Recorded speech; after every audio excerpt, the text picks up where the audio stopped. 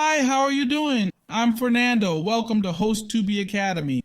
Today I'll show you how to remove the offer badge in Shopify. First, access the Shopify dashboard. On the left, click Online Store. The Themes page opens. Find your theme. Click the three-dot button. A menu appears. Click Edit Code. The Theme Files page opens. In Filter Files, search for base.cs. You'll see a file named base.cs. Click it to open your store style script. This contains all your store's appearance code. We'll scroll to the bottom of this script. Just go all the way down. At the last line, which is blank, press Enter to add a new line. Next, we'll visit host2b.net. The link's in the description, and that's where we'll find our code. Just click the button to copy the code. Let's click it.